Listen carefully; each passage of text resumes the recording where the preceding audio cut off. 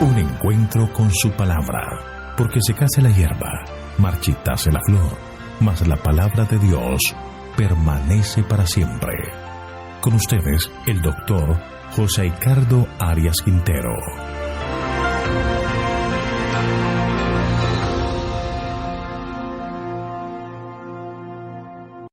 Vamos a estudiar Libro de Jonás, capítulo 3.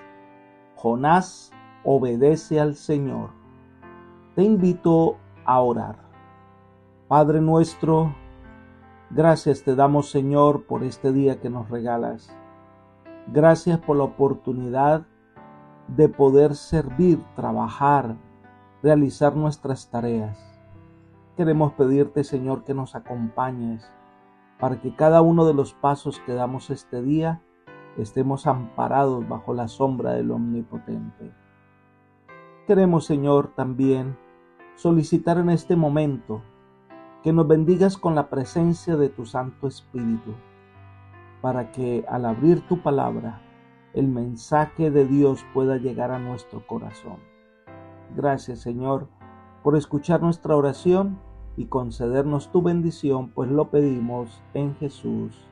Amén. Ahora la historia de Jonás da un vuelco total. Resulta que en la cultura filistea, asiria y babilónica adoraban a un dios llamado Dagón, que era mitad hombre y mitad pez. Este dios era símbolo de fertilidad y de multiplicación. No sabemos exactamente dónde el pez arrojó a Jonás en tierra seca, pero deducimos que fue cerca de Nínive por la orden que le da el Señor de ir y predicar a Nínive. Ahora, un hombre arrojado por un pez en la orilla del mar era algo que no se oía, ni se esperaba, ni se había visto antes. Este hombre era alguien especial, enviado por algún dios, según ellos, para dar algún mensaje especial. Esto nos recuerda que Dios trata de comunicarse con el hombre de tal manera que éste entienda lo que quiere enseñar. Por ejemplo, a Nabucodonosor, rodeado de sabios que interpretaban sueños, para impresionar la mente del rey, Dios le envió un sueño que los sabios no pudieron interpretar. Ahora, para que los ninivitas prestaran atención al mensaje que el Señor les enviaba, pues su mensajero fue movitado por un pez en la playa. Esto, por supuesto, facilitó el trabajo del profeta. Vamos a dividir este capítulo 3 del libro de Jonás en dos secciones. La primera sección son los versículos 1 al 4. Dios vuelve a emplear a Jonás a su servicio. Miremos los versículos 1 y 2. Dios, sin reprochar, sin regaños, sin acusaciones, le vuelve a dar a Jonás la orden. Leamos. Jehová se dirigió por segunda vez a Jonás y le dijo: levántate y ve a Nínive, aquella gran ciudad, y proclama en ella el mensaje que yo te diré. En su gracia abundante, Dios le da a Jonás una segunda oportunidad. Dios es el Dios de las segundas oportunidades. Su paciencia sobrepasa nuestra imaginación. Sin reproche alguno por la defección anterior de Jonás, el Señor repite la orden de predicar a los ninivitas. Y esta vez, sin claudicar ante las inclinaciones humanas, Jonás obedece prestamente la orden celestial y sin más demoras parte para Nínive.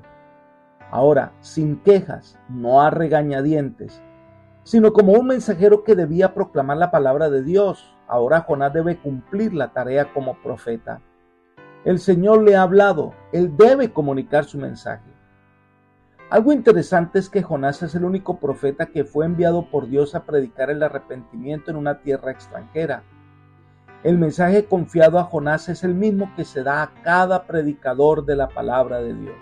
Recordemos, tan solo la palabra de Dios debe ser proclamada desde el púlpito, no las palabras humanas. Hoy más que nunca la gente necesita oír el mensaje que Dios ha enviado para ellos. Hoy más que nunca el mundo necesita oír: el Señor ha dicho, y no los inciertos y vanos razonamientos de la filosofía de hombres tan falibles como ellos. Prefieren un así dice Jehová que un así dice el hombre. En los versículos 3 y 4 dice que Jonás obedece fielmente al Señor. Leamos. Jonás se levantó y fue a Nínive conforme a la palabra de Jehová. Nínive era una gran ciudad tan grande, tanto que eran necesarios 3 días para recorrerla. Comenzó Jonás a adentrarse en la ciudad y caminó todo un día predicando y diciendo: dentro de 40 días Nínive será destruida. El profeta estaba ahora tan dispuesto a cumplir la comisión que Dios le había dado como antes estuvo inclinado a eludirla. Jonás se convierte en el evangelista urbano que todos debemos ser en esta época. Número 1, describe la ciudad. Era grande. Era una ciudad que se necesitaba 3 días para recorrerla. Número 2, se adentra en la ciudad. Observa por un día cómo es la ciudad, cómo es su gente. Número 3, después la recorre toda predicando la palabra de salvación. Una de las primeras tareas que tenemos en el evangelismo del siglo XXI, que es un evangelismo urbano, es conocer la ciudad donde vamos a predicar. ¿Qué es lo que la gente necesita oír? ¿Qué es lo que les preocupa? ¿Cómo podemos describir la ciudad? Otro aspecto es adentrarnos en la ciudad, no en la teoría. No son las exposiciones o seminarios lo que nos hará evangelistas urbanos. Es compenetrarnos con la ciudad, es seguir el ejemplo de Jesús que se mezclaba con la gente y por último debemos ser estratégicos en la manera en cómo vamos a predicar allí. Debemos predicar en cada barrio, en cada cuadra, en cada casa. El mensaje de Dios debe ser dado a toda persona. Cada uno debe tener la oportunidad de llegar a esas personas con el mensaje de salvación. Jonás comienza su obra de evangelismo. El mensaje que predicaba era la verdad presente para ese pueblo. Dentro de 40 días, Nínive será destruida. Al parecer este no era el total del mensaje que proclamaba, pero era la nota tónica del mismo. No se describe un llamado, una apelación, solo proclamó el mensaje de Dios. A los cristianos de hoy la tarea encomendada es que debemos ir y hacer discípulos a todas las naciones. Debemos proclamar fielmente ese mensaje de Dios. Nada debe impedirnos cumplir esa tarea. La segunda sección del capítulo 3 del libro de Jonás son los versículos 5 al 10. Nínive se salva por el arrepentimiento de sus habitantes. Cuando la gente comenzó a escuchar el mensaje del profeta de Dios, de ese Dios quien hizo que este hombre saliera del vientre de un pez, pues prestaron mucha atención y se dieron cuenta que debían arrepentirse de su pecado. La predicación de Jonás tuvo un tremendo impacto en la vida de las personas. Leamos el versículo 5.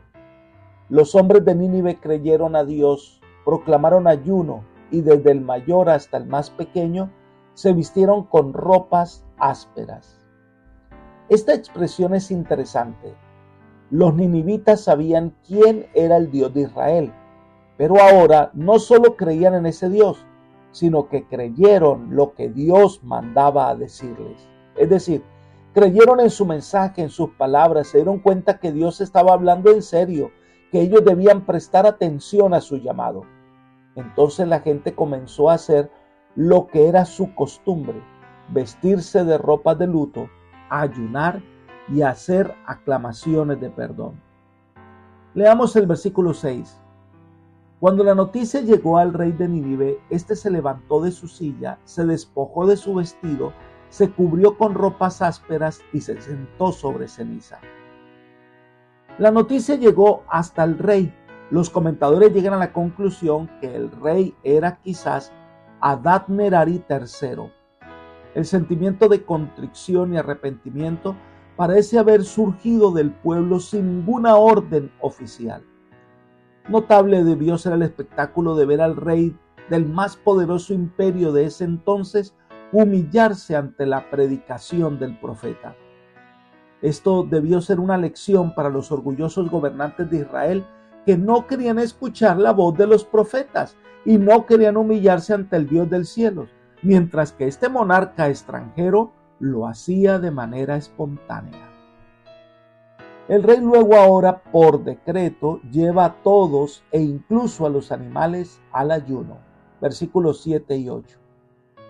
Luego hizo anunciar en Nínive, por mandato del rey y de sus grandes, una proclama que decía: hombres y animales, bueyes y ovejas, no prueben cosa alguna, no se les dé alimento ni beban agua, sino cúbranse hombres y animales con ropas ásperas y clamen a Dios con fuerza, que cada uno se convierta de su mal camino y de la violencia que hay en sus manos. Cuando la ola de penitencia y humildad que comenzó con el pueblo llegó hasta el rey, él confirmó el ayuno mediante un decreto oficial, y se le unieron todos los nobles en ese espíritu de humillación ante Dios. Hasta los animales fueron puestos en ayuno. En esto se exageró un poco, pero recuerden que es un rey pagano que tiene poca luz y sigue la costumbre de su época. Ahora, el rey llama a todos a dejar el mal camino, porque reconoce que no es solo hacer actos externos de contrición, no es solo vestirse de ropa de cilicio. Debía haber conversión, debían abandonar el pecado, debían dejar la violencia. La humillación sin conversión no tiene sentido. Clamar a Dios sin lograr un cambio sustancial en nuestra vida no tiene razón de ser.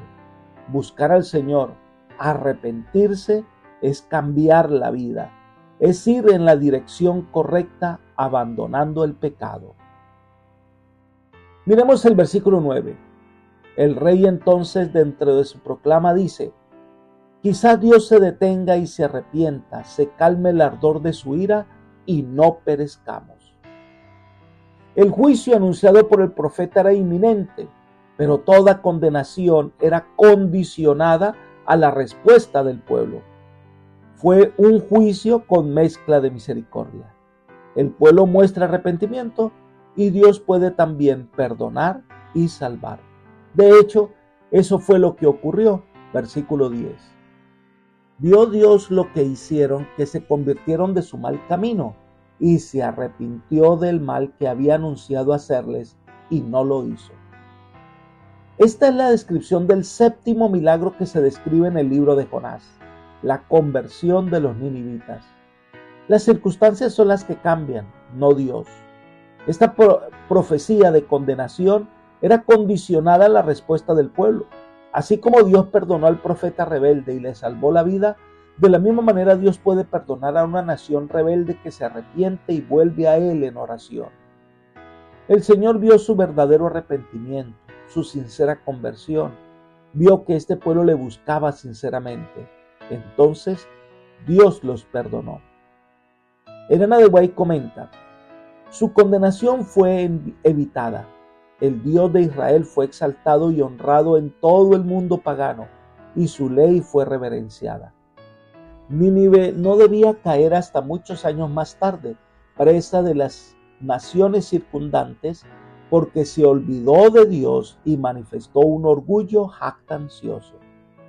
Libro Profetas y Reyes, página 202. El Señor perdonó a Nínive. Recordemos que Él vino a buscar y salvar lo que se le había perdido. Es Dios quien quiere salvar a los seres humanos y lo llama con ese objetivo.